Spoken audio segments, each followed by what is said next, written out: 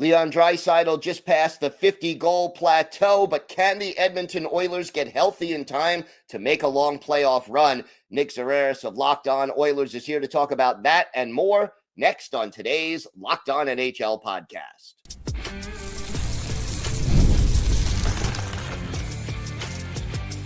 You're Locked On NHL, your daily podcast on the National Hockey League. Part of the Locked On Podcast Network, your team every day. Gil Martin here, and welcome everybody to the Monday edition of the Locked On NHL podcast, part of the Locked On Podcast Network, your team every day. I want to thank everyone who makes Locked On NHL your first listen every day. Don't forget to subscribe on YouTube or wherever you listen to podcasts so you get new episodes as soon as they drop. It is my pleasure to welcome back to the show Nick Zararis of Locked On Oilers. And Nick, let's start with this. How important was it for the Oilers to win over the weekend against Calgary? Big rivalry game, but you didn't want to go 3 straight without a win. You needed to get back on the winning track. And that's really been the story of the last month. They've been solidly in a playoff spot since mid-December, and not really a question of if they're going to fall out of that playoff spot, though the Blues have been storming back and got into the mix, and it's definitely made me a little worried about the Oilers falling into a wild card spot. But when they've been locked into a playoff spot for a while now, and the goal for me over the last month or so has been, can they start to string together good hockey game after game? You're not going to win every game, but can you walk away feeling okay about how the games are going, that they're building something heading in the right direction? You don't want to need to turn it on that first playoff game and expect everything to line up. I mean, this is a team that's going to try and drop Evander Kane and Trent Frederick into their top 9 at some point over the next 2 to 3 weeks. Kane probably not till the playoffs, but Frederick supposedly in the next week or so. And to get them where they want to go, they are going to need everything to line up. And right now, this season, it's been a lot of stops and starts. It's been up and down. And over the last week and a half, 2 weeks, it's been injuries. It's been the goaltending being especially bad. So they've really needed just something to kind of cauterize the wound, if you will, over the last week. And winning a rivalry game against a Flames team that's very much in the playoff mix, not the most comforting way to win a game, but you won, and that's what matters. Talk to me about the injuries. I know they've been hitting hard. What are the latest updates? Who is out and how soon may they be back?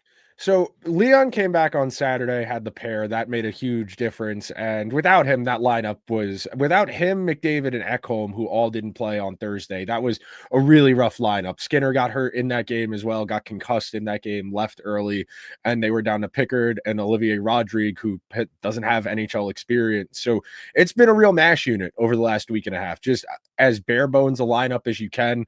A lot of minutes for guys who haven't played a whole lot. And it's interesting because earlier in the week last week, Chris Knobloch had said, well, we have a lot of guys here who've played a lot more minutes in their careers. Because you look at the minutes allocation, the Oilers have a very top-heavy minutes allocation where once you get past their 5 best players, you're talking 13, 14 minutes a night for a lot of those guys, and even lower than that the further you go down in the lineup. And you're talking about, 35-year-old Adam Henrique having to bump up to 16, 17 minutes a night from 14. And it's a very difficult and fine line to walk where you want to ride your best players. But I've definitely been a little weary of that, how aggressively they've ridden their top players this year, because you still got to get to the playoffs, and then you got to last the entire playoffs. Is there enough depth in this lineup to make that long playoff run? And that's really the defining question, because on paper, yes, but in practice, it hasn't lined up the way the Oilers, I think, thought it would. I've been talking about this a lot over the last 2 weeks with the Blues resurgence. I really am curious what the Oilers' original plan was, because they signed Skinner and Arvidsson the first day of free agency. Holloway and Broberg were both RFAs they didn't have arbitration rights, but they were able to take the offer sheets from the Blues. Did the Oilers just think they were going to get them on the minimum, the tender, to keep their rights and try and drop even more? Because they've also had a logjam. If you go and look, when everyone's healthy, they've been carrying like 14 or 15 forwards most of the season. And it's good. You have competition, bottom half of your lineup. Guys have to play better to stay in the lineup. But at the same time, you have a lot of guys fighting for spots that aren't really there. And you're going to drop 2 more guys into this mix in the next week or so as well. That's something that needs to be considered. I mean, Jeff Skinner has been has, I think, the 5th or 6th most goals on the team.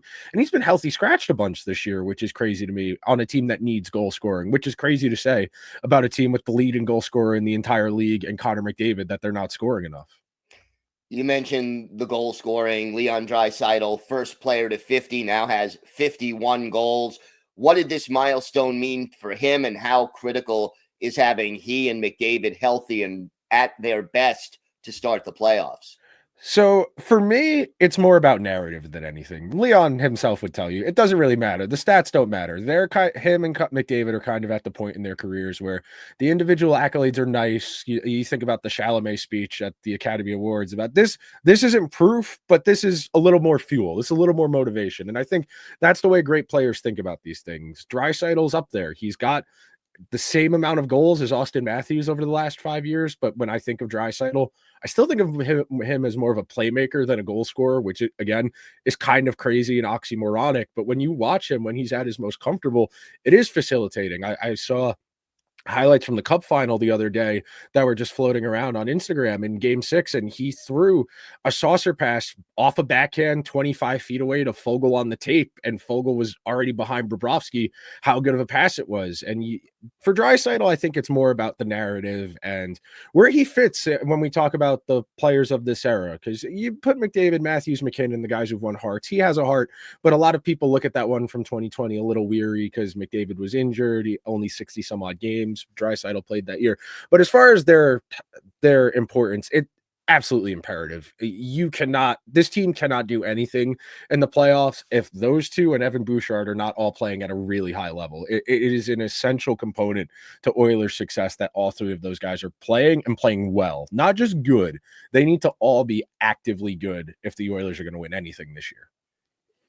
Is the goaltending good enough to make another long playoff run and possibly win a cup this year? I tell myself yes. I don't really believe it. I knock on my desk a lot anytime I talk about the Oilers goaltending. It's really volatile. That's what I would describe it as. And Skinner's kind of at a point where he's a year away from unrestricted free agency. He has the one good playoff run to his belt that he did get pulled for 2 games from in the middle of. And that reset did work for him, and it realigned him well. He outplayed Ottinger in the conference final. And I don't think he was a problem in the cup final against the Panthers. But if you ask me right now, no, I don't think the goaltending is good enough. And I think it's fair to say the way this roster is built, the goaltending doesn't even need to be good. It just doesn't need to be horrendous. Like, they can get away with bad. Just it can't be abysmal. And that's kind of been the problem over the last month. You go and look at some of these box scores. You've got 10 Skinner starts that are like 870 save percentage or worse. And the Oilers don't ask him to do a lot. 24 saves a night is not an unrealistic ask for an average NHL goalie, which Skinner, when he's right, is. He's a little bit above average. The probability is that the Oilers will face the Kings for the 4th straight year in the playoffs. Number one, is this a good thing or a bad thing from an Oilers perspective? And then how important is it to get home ice advantage, because the Kings have been so good at home all season long? So everything logic-wise would tell you the Oilers are a better team. They should be able to beat the Kings. But everything in me as a sports fan knows that you don't get to beat the same team over and over and over again. Eventually, every dog has their day. Ohio State kept beating Michigan over and over and over again. And then eventually Michigan got their lick back. And that's kind of how sports work. I mean, this Kings team, again, it's very reminiscent of the last few. It's not that flashy. They play really good defense. They play really good possession hockey.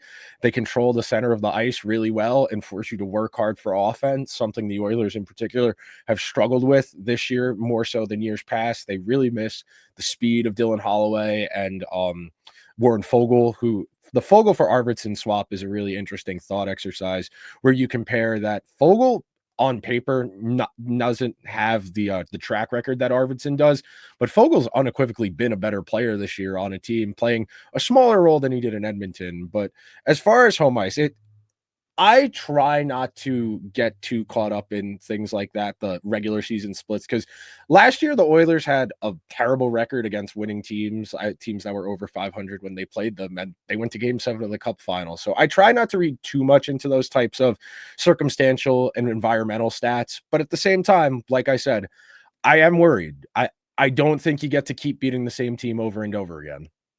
All right. Well, it's going to be a fantastic finish to the season and hopefully a long playoff run for the Oilers. Nick, why don't you tell our viewers and our listeners where they could find the podcast and where they could find you on social media? Locked On Oilers is available on all the major podcasting platforms, over on YouTube as well. I have to figure out what we're going to talk about on Monday's show. And after that, on social, just at Nick Zararis, Nick, Zararis on Twitter, Instagram, and TikTok. All right, Nick, thank you so much. Thanks, Gil.